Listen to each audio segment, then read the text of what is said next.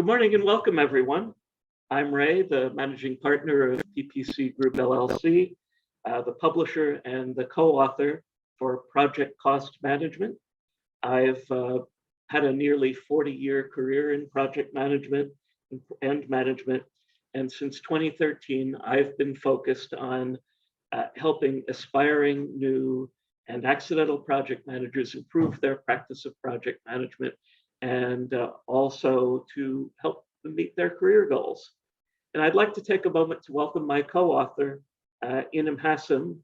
Inam, please introduce yourself. Thank you, Ray. Hello, everyone. I'm Inham, and like most of us, I became a project manager by accident. I'm pretty sure Ray is very familiar with that term. It was just over 15 years ago. My day job is still in project, program, and portfolio management. I deliver programs for an organization which is part of the National Health Service here in the UK. I'm based out of London. I spend most of my free time doing things to help project managers to become excellent at what they do. And the Project Cost Management book is part of my efforts. Okay, well, thank you, Inam, and welcome. So today we're welcoming everyone to the official launch of Project Cost Management Principles, Tools, Techniques, and Best Practices for Project Finance. I want to start by thanking the people from the international project management community that contributed to and reviewed the book. There were about a dozen people, and we have Shweta joining us today. Shweta, would you introduce yourself? Thank you so much for the opportunity, Ray. Hello, everyone. My name is Shweta. I am a CAPM certification holder, only because I'm not eligible for PMP yet. I've been working with Vaco Enterprises LLP from Hyderabad. I basically help them manage their subtitling and localization project that they're working on. So yeah. Also, yes, I became a project manager accidentally, and Ray's books have been a great source of help to me so far. So I'm really excited for the new book that is coming up. Thank you. Great. Well, thank you for joining us today. So I also want to thank Luis Pangilinan for another amazing job on the cover art for the book. With just a title and a few simple ideas, he always creates a beautiful work of art. So thank you, Luis. So thank you everyone for being here. And as a thank you and a grand prize today, I'm going to give away 2 complete sets of all 4 PPC groups books: Accidental Project Manager, Accidental Agile Project Manager, Risk Assessment Framework, and Project Cost Management.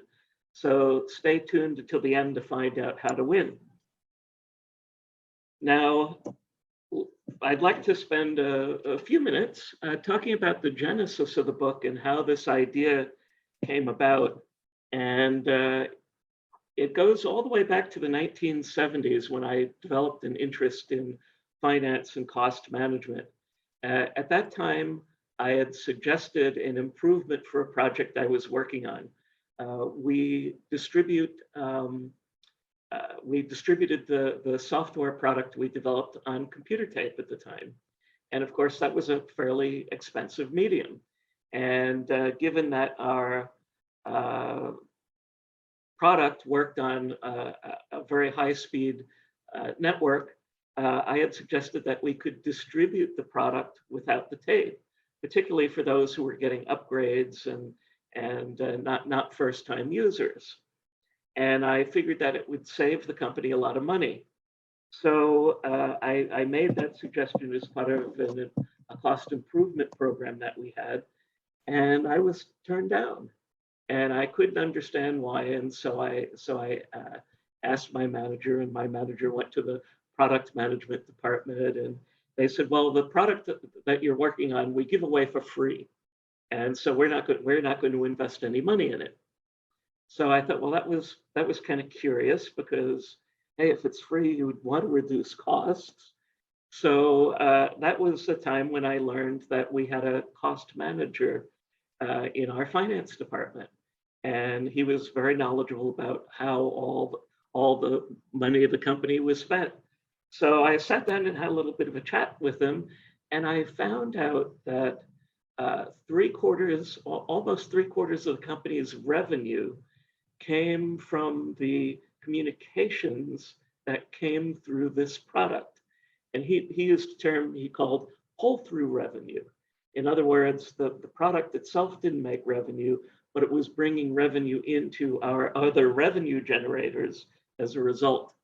So I went to my manager and described what I had learned, and he thought it was kind of ridiculous that they wouldn't accept this either. And so he went back to the product managers, and sure enough, I think they just were trying to fool the new guy. And as a result, though, the product was approved, and the cost manager I dealt with sparked an interest in finance, and he was also one of the trainers of our company auditors. And so during the 80s, although I had no budget, I was working with financial institutions. And he suggested I get trained as a company auditor, not because I wanted to become an auditor, but because it would help me better serve our clients. And so I signed up for that. During the 90s, that helped me because finally there was an emergency where management hadn't allocated any resources, people or otherwise, for an important project. And so I got to create a budget, set a budget, and I had a lot of knowledge to do that because of the training I'd received. And then at that point, after some time, I left the company, went and did a lot of PeopleSoft financials implementations. Sometimes I was just adding on scanning and viewing capabilities to financial products, but then I also worked on accounts payable, accounts receivable, general ledger type projects. In the 2000s, I got my MBA and minored in finance. And in 2003, I started teaching a class called Controlling Project Costs and Risks for UCSD Extended Studies. And in 2020, they asked me to split that course into two parts, and I had to double the content of both areas. So that was all the stuff that led up to thinking about the book. And when I had to split up the course, I found out that there really weren't textbooks on project cost management that were really comprehensible. A lot of them were accounting books. A lot of them were directed at specific industries like construction. There was not just a good general book on project cost management. So I began to work on the outline in 2021, and that was where the book all started, and partnered with him to complete it.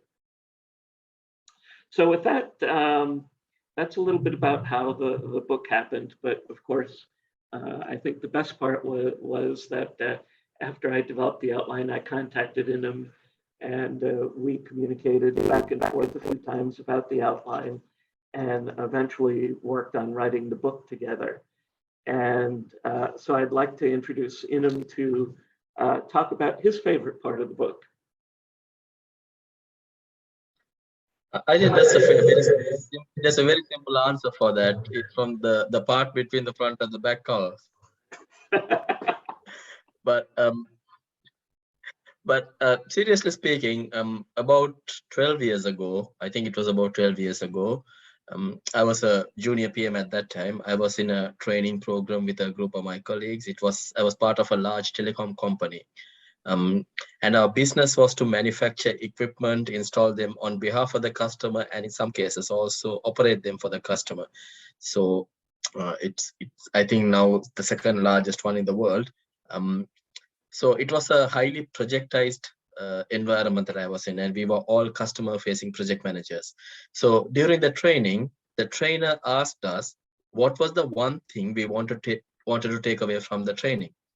So the first guy, he raised his hand and said, "How to close a project? I don't know how to close a project. It just seems to drag on." Now, there were about 12 of us, I think, in that training, and we all wanted to know pretty much the same thing, really. Because sometimes closing a project actually takes longer than the actual project itself. And if you've been there, you know that. You know how difficult it is to actually close a project. So one of my favorite parts is the cost management and the project closeout part. I would probably say it's the part between the front and the back covers, but if you want me to pick a small area, I would point to the cost management and the project closeout part. Now, even if you're a customer-facing PM or an internal PM, you need to know exactly what needs to be done to close the project and move on to the next one. Um, Project managers need to understand what they should look out for when it comes to financial closeout.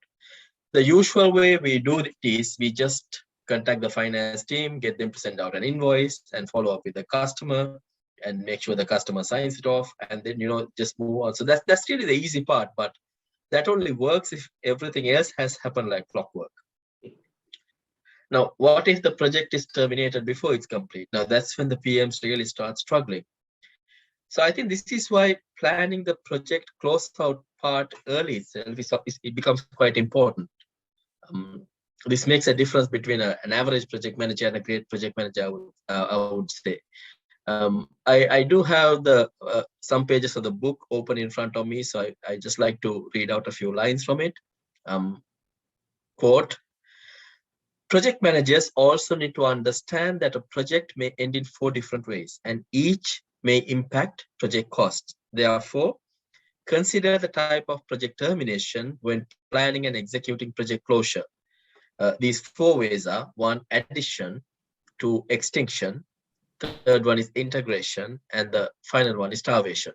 So if we talk about addition, projects developed internally yet independently and successfully are made a formal part of the developing organization to play their role. For example, a university creates an extended studies division that operates independently, yet it is still part of the university. The second one is extinction. A project may succeed or fail. In this case, a successful project achieves its goals and benefits, and it's turned over to the project sponsor or the client for operations. Unsuccessful projects stop without meeting their goals. For example, a developed medical product does not meet regulatory requirements and cannot proceed, and the company decides it's infeasible to replan.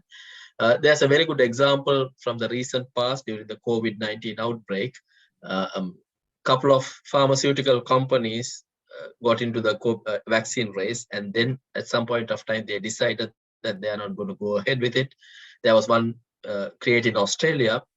The vaccine was working fine, but the trouble was it was giving false positive readings for HIV. So the Australian researchers decided that they are not going to go ahead with manufacturing the vaccine. So that's an example for extinction with failure. The third one is integration. Successful projects are commonly embedded and integrated into the chartering organization. That's pretty straightforward. And the final one is starvation. For various business reasons or legal reasons, funds and resources may be withheld or withdrawn rather than end a project.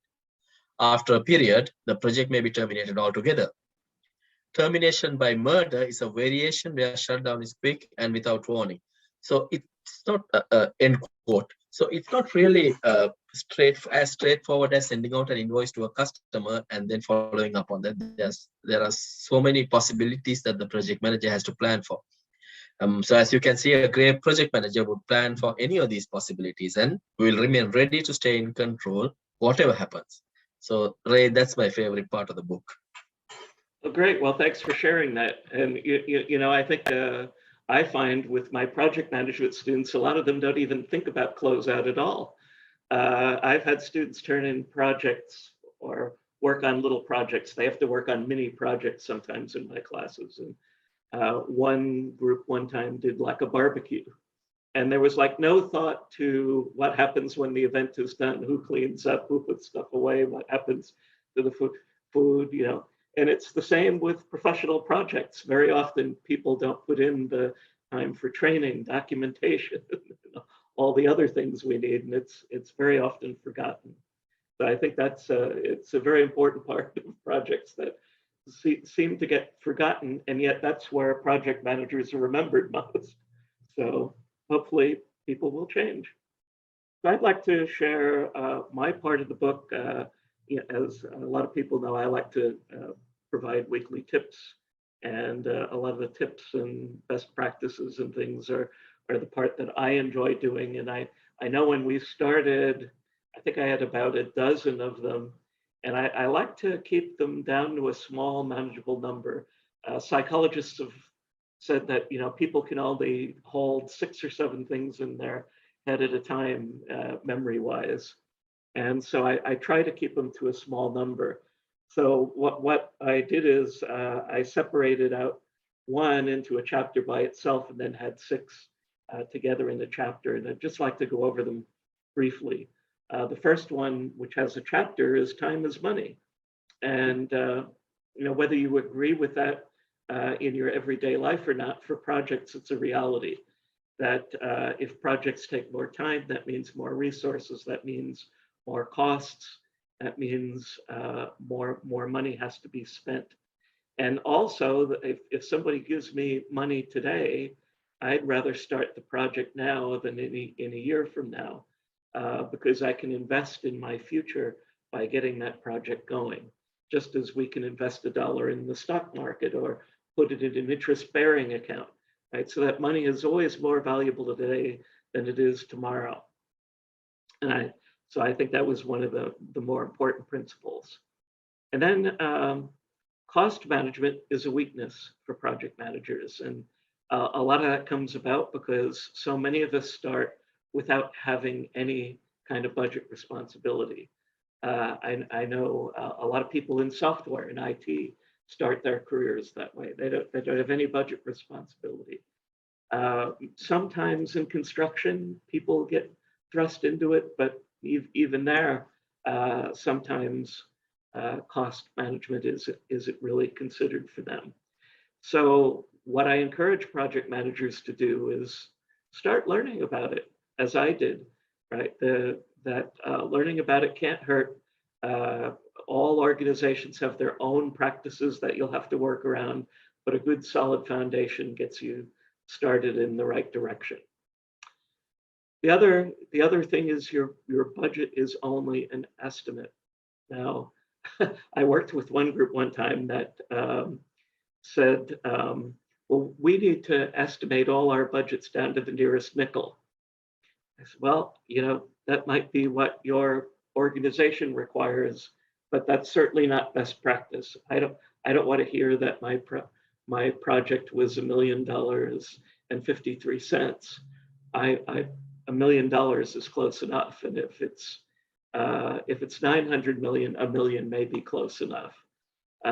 So always think about rounding, and also think about the fact that your budget is just an estimate. It's a target. I've also learned that some tasks come in early, some will come in late, some come in ahead of budget, some come in under budget, and so as a result, I can live with that. Right? I don't have to necessarily react to it. The next one is you don't always get what you want. You can always ask for budget. And I like to work with teams where they're actually given the freedom to come up with something, but then they may not come up with something in the realm of possibility. And that happened to me as well. When I had that emergency project, the company had gotten quotes of about $1 million to complete the project from outside vendors. They felt that they could do it better in-house. They set me up with a contractor and a consultant who worked with me to create the budget. And we were very happy when we came up with $300,000 as the budget. We had to figure out how we were going to do the work, what kind of things we needed, and we put it all together. And we thought 300,000 really good. So we went to management with that, and they said, "Ray, you don't understand. We didn't plan anything for this. Do it for 250,000." And so we went back to the drawing board, thought about what we could do, and we figured out that everybody didn't have to get the same uniform product as a result, that we could have a more cost-effective version that went to some of our internal clients. And so we cut it to 250,000, at which point they approved it and we went forward. I think you also need to understand that cost management integrates with just about every other area of project management. And although it's probably not going to show, well, here it does show up on page 14 of the book. We've got a little chart here. See if I can flip to it. That shows all the connections of cost management and the other areas of project management. So I would invite you to look at that and see how that might help. Then after my experience with our cost accountant in my first organization, as I went forward, every organization I join, I make it a point to introduce myself to the cost manager or whoever is the closest equivalent to the cost manager, because I know I'm always going to have problems with teams that can't estimate things, or in the case of my emergency project, I needed to know salaries, but I knew HR wasn't going to give it to me. And so I went to our cost manager and said, I need a carpenter, I need an electrician, I need so many programmers. What do we pay them on the average? And he was able to help. And we came up with a way to fill in the budget for that. So cost manager can be your new best friend when you're working on a project and starting a project. And then finally, I think the best advice I can give to new project managers and experienced project managers is check cost variance weekly. I understand that you may not have to do a weekly status report, that some organizations do them monthly, some every 2 weeks, but you want to check that variance weekly because if there's a sudden spike, if there's a sudden issue in costs, it takes time to solve that problem and to get things back under control. And you don't want to lose time by letting this go for a month without detection. And so even if it's just a quick look, quick glance, work on them weekly. So that was the favorite part, my favorite part of the book. I enjoyed writing that the most. Of course, some of the equation parts were hard for all of us, but I think that was the part that I really enjoyed. So with that, I want to introduce formally Project Cost Management, the book. I'm in a virtual background here, so it doesn't always show up, but I think you can see it there. And it's a thorough overview of project cost management and its impact throughout the project life cycle. It was designed to be easy enough for new managers to read, while comprehensive enough for experienced project managers to learn something new or review something. And our motivation to collaborate on the book came from finding only a few texts on the topic. The few existing books were very complicated, specialized in management of certain topics, full of jargon. Some of them had lots of financial calculations that really weren't necessary for project managers. So we'd like to think this book is different, right? You don't need to be an accountant to understand the things necessary to manage a project. Now, the book is available on Amazon, and it's been available for a while in paperback form. Sorry, I discovered that paperbacks don't make it to India, Shweta. And that's a conscious Amazon cost decision, apparently, and delivery decision, but the Kindle version is there. And so the paperback version is available in a lot of Amazon markets. And we also have it available on a lot of ebook markets as well. So Barnes & Noble, Nook, Indigo, just to name a couple. To commemorate the launch, what I'm going to do is give away 5 paperback copies free. Now they can be sent anywhere in the world, and it's for the first 5 people who email me with their delivery address. So my email address is rayf@ppcgroup.us. I'm also going to put that in the chat because I do preserve the chat for the future.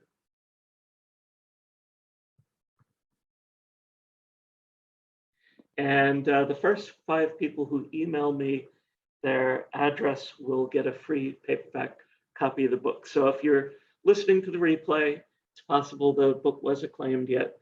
So go ahead and email me, and we'll try and get you a copy. Now, also thought I should mention that we are available in a lot of the Amazon marketplaces. The ASIN for the paperback book, I'm also going to put in the chat.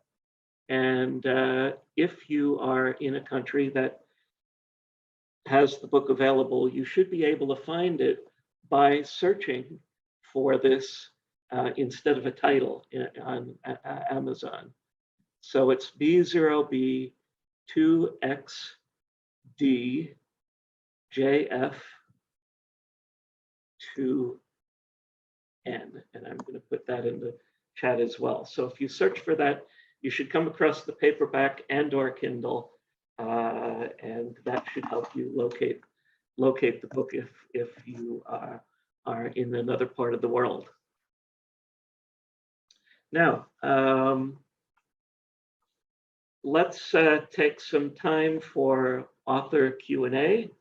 Again, we don't have a lot of people online right now, but if you would like to send me a question at my email address, I'll be happy to get back to you.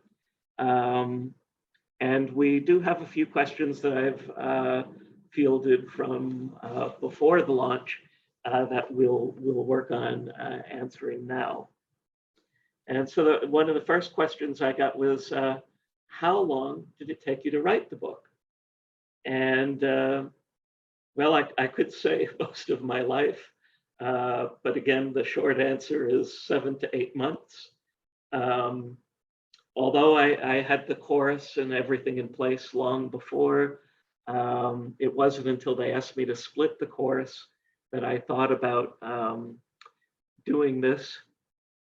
And it was in November of 2021 that we had that I looked at the concept and did some of the market research. And that was really abbreviated because I had actually looked into books when I started the course. And so that was really the official beginning. Outlined it, worked with him during December and January to get a more detailed outline in place. From February to May of 2022, we wrote and edited the book. And from May to June were the publication activities, getting it on Amazon, getting it in ebook format. And so it was roughly 7 to 8 months from start to finish.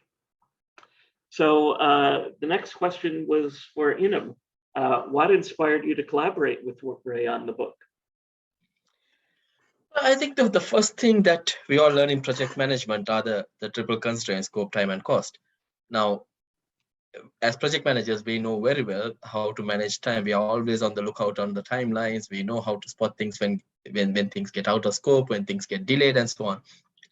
But when it comes to cost, most of us just let the accountants handle it. What we usually do is just look at the rate card, look at the number of hours or the material spent, do a little bit of arithmetic, and then say this is the cost over another cost saving. That's pretty much it. But project cost management is much, much more than that. There's a lot of planning involved in project cost management. There's a lot of analysis that needs to be done on possible scenarios, which project managers are not even aware of. So even if you don't manage project costs on your own, you still need to have a good idea about cost management. I personally find that this is an area to improve in most project managers, at least the ones I have met.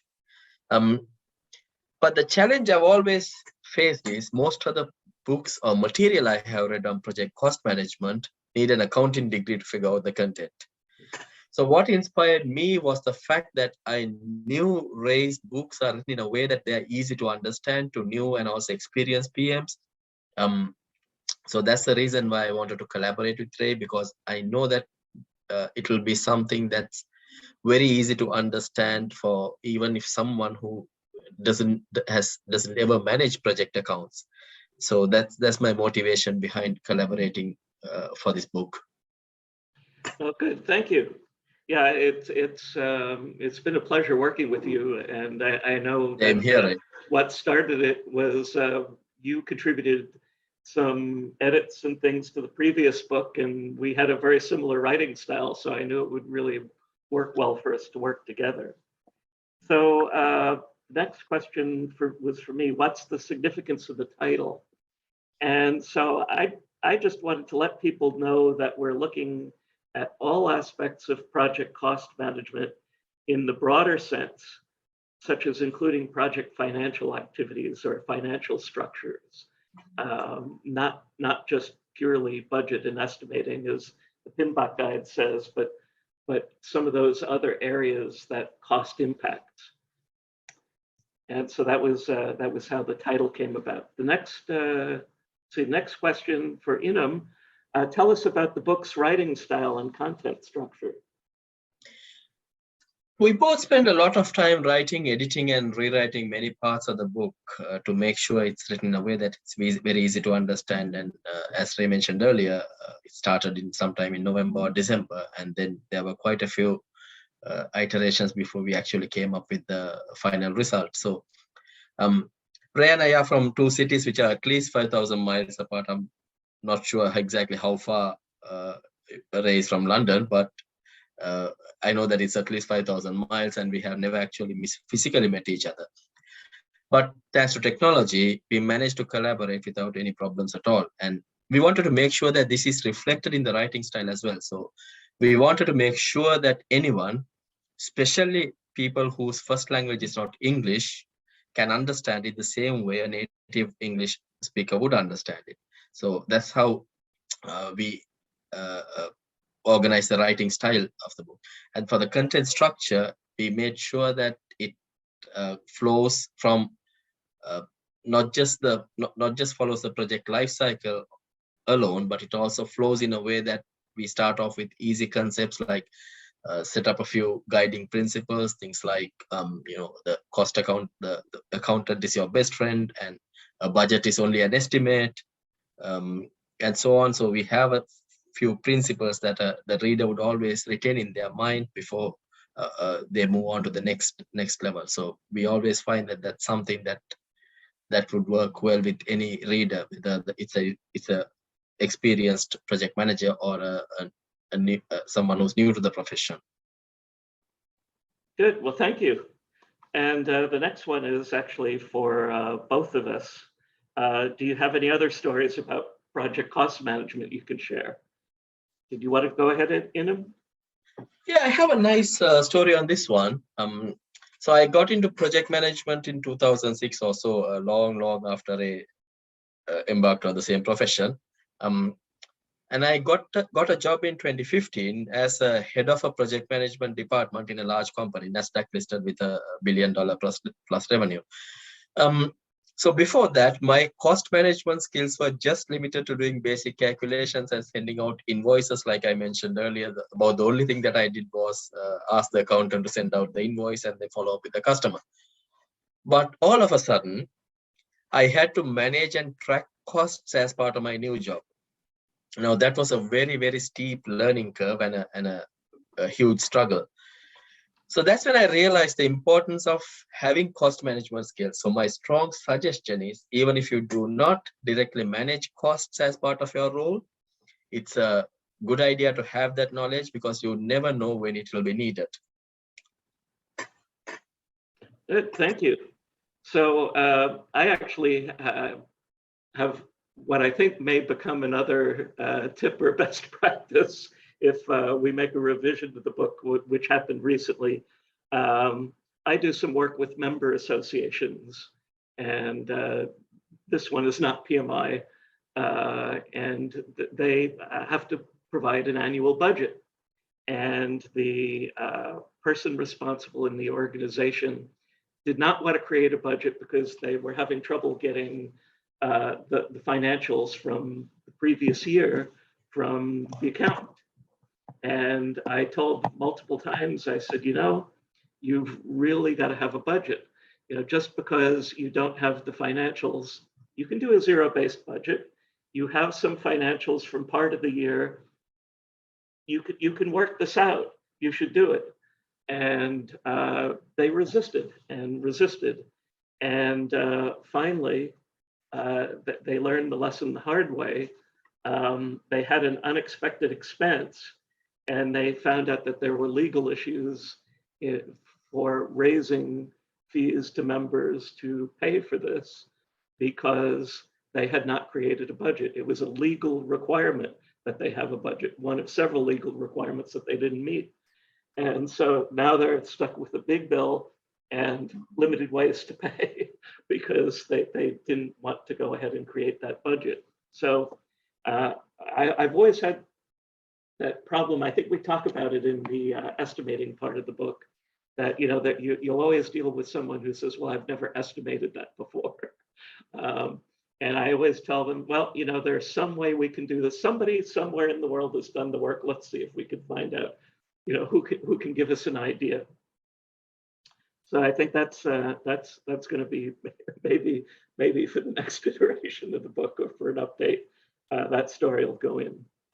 So next question was for me, what kind of research do you do and how long do you spend researching before beginning a book? Well, all of the books that I do are drawn from my years of work and teaching experience. So I never write about anything that I haven't spent an extensive amount of time with. And in particular, I also look for things where I've created courses that cover them. And so by the time I write the book, I've got years of research. I maybe spend 1 month, 2 months exploring new areas, making sure everything's up to date as possible, things like that. But most of the research is done before the book is actually written in it, and it's happened for years.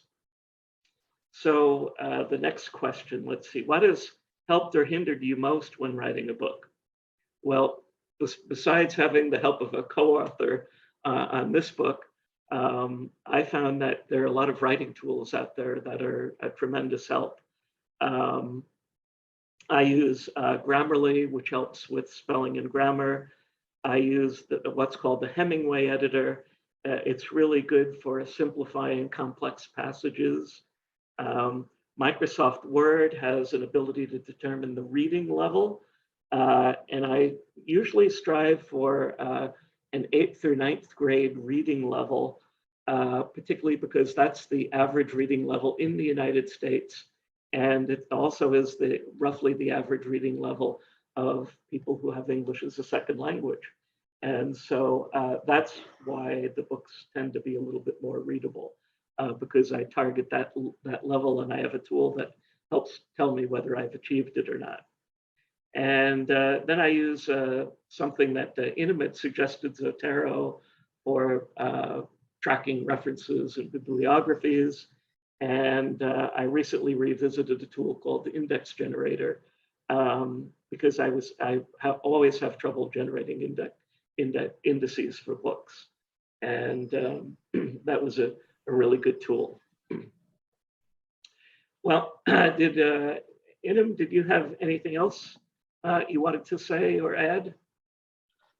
I think I've spoken a lot, so I'll let you move on to the next topic. Okay, well, I wanted to thank everyone for being here today.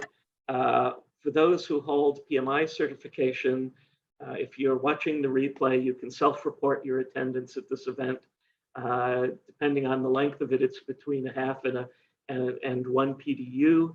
And it would be a technical PDU. So if you have any PMI certification, this qualifies for that. As promised, I still want to give away 2 complete sets of PPC Group books. So what I'm going to do is I'm going to pick a couple of random numbers between 1 and 10, and the two people who come closest, who are that number, who email me for the single copy, will actually get the whole set. So we'll do it that way. So thanks again for being here. We really appreciate your support in the book.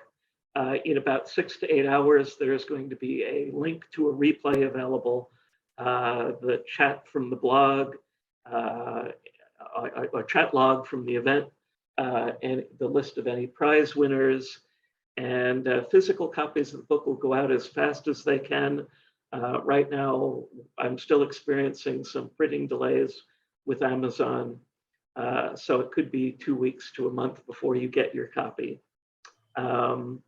So thank you, everyone. We appreciate you all. Please stay well and safe. Thank you, Ray, and thanks to Louis for coming up. I think was an amazing cover, and I hope you enjoyed this event, and I look forward to interacting with all of you again. Please feel free to send me an invite on LinkedIn if you'd like to connect with me, and I hope you enjoy reading the book. Yeah, let's take a moment and type our LinkedIn profile address, if you want, in the chat. I'm going to type mine in.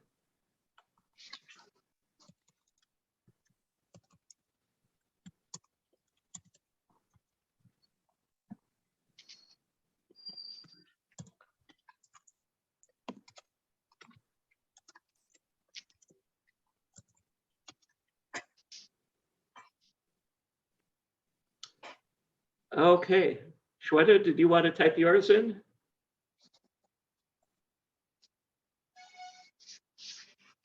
Okay, so I got lost. I just did. okay, so I'm going to stop the recording. Thank you, everyone.